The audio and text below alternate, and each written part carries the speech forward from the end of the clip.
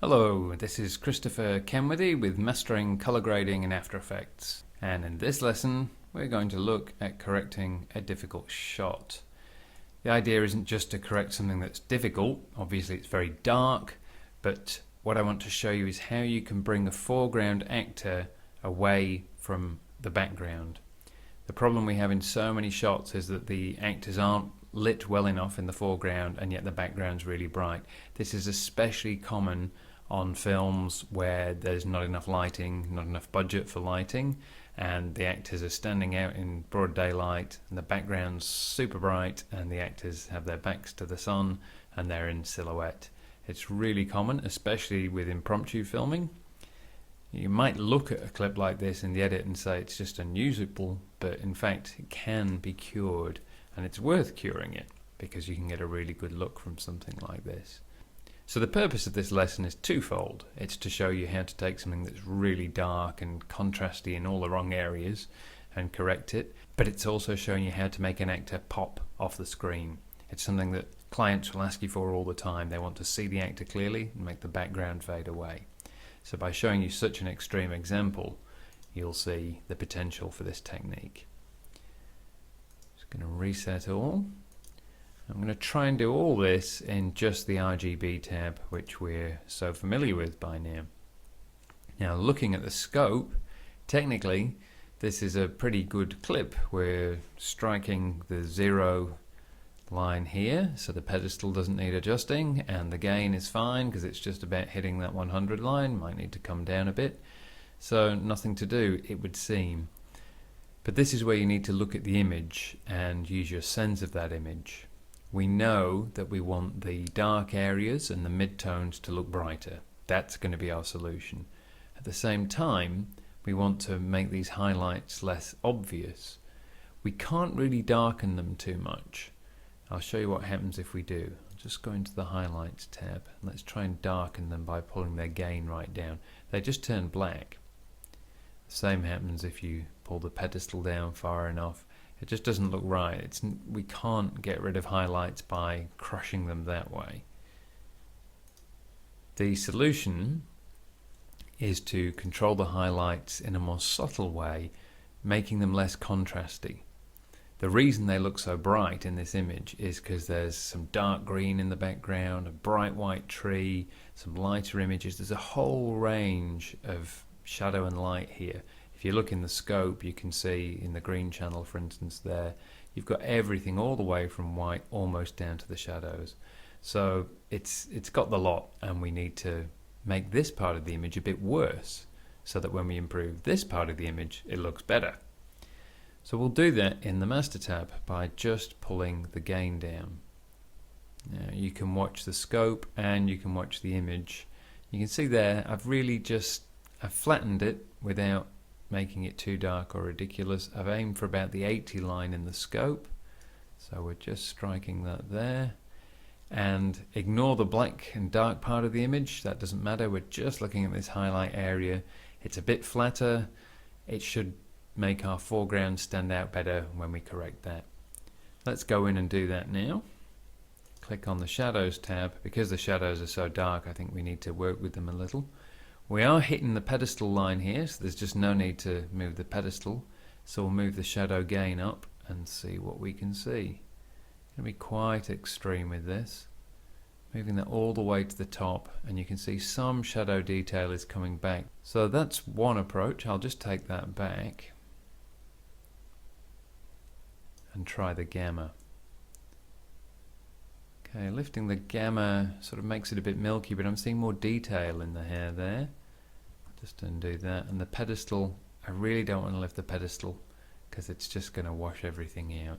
So I think a mixture of gamma and gain in the shadows. We'll just push the gamma up slightly, then the gain. A good way to do this is to just do each slider, tiny increment, and see what you get. Remember as well, as I'm working here, I'm looking at the shadow areas. I'm not looking at the midtones. Every change I make here is having an effect on those midtones. It's affecting her face. But I'm only interested in the shadows when I'm working in the shadow area. So look at the hair. That's looking pretty good now. The rest of the image isn't great, but the hair's looking a little clearer. It's okay if the really dark areas are black, because they're so deeply in shadow they would be black. So you can see here the green channel at least, and some of the blue is striking the pedestal line, and that's fine. Those are true black, so let's let them be black. Okay, let's now go to our midtones. The bit that we're really interested in is getting this face to stand out. So if we just have a look at the gamma, push that up, that's not too bad, but a bit washed out. Push the gain up. You see that, if you look at the highlights, it's affecting the highlights more than anything, because the top end of the midtones is the bottom end of the highlights, so I don't really want to work with that too much. And the pedestal is going to darken things.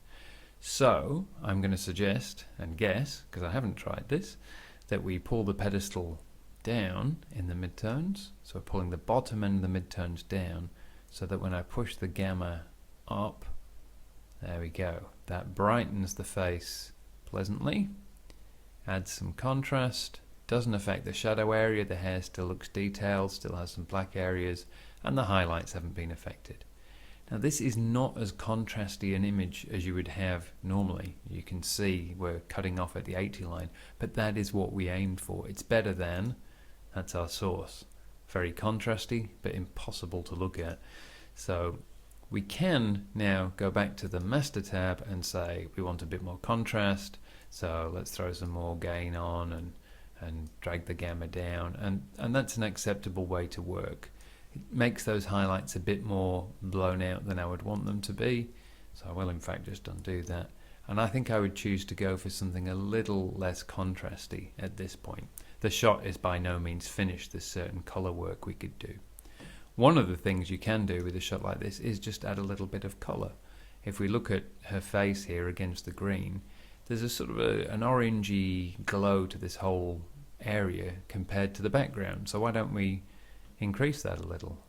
Just go to the midtones and push the red gamma up ever so slightly, and that just makes the midtones look a little softer and warmer against that green background. Of course, it does affect the highlights as well, so that green background changes slightly, but not enough to worry about. So to finish this, we have to decide just exactly how contrasty we want it to be. When I look at it there, I can live with that. It's quite flat. You can see we're cutting off at the 80 line, but when I go through, when I look at it here, that looks too flat for me. I do want to bring more contrast in. So I am going to push the gain up and then pull the gamma down. Now you can see we are getting that problem with the highlights being very blown out on that tree there, but we've got a nice contrast. The face is showing up. Let's just look at the original. Face hidden in shadow, bright background. Now we can see the face, we can see detail in the hair. There's enough contrast there for us to live with that. It's not the ideal image, but as you remember, we started with something that's really unusable and we've turned it into something watchable.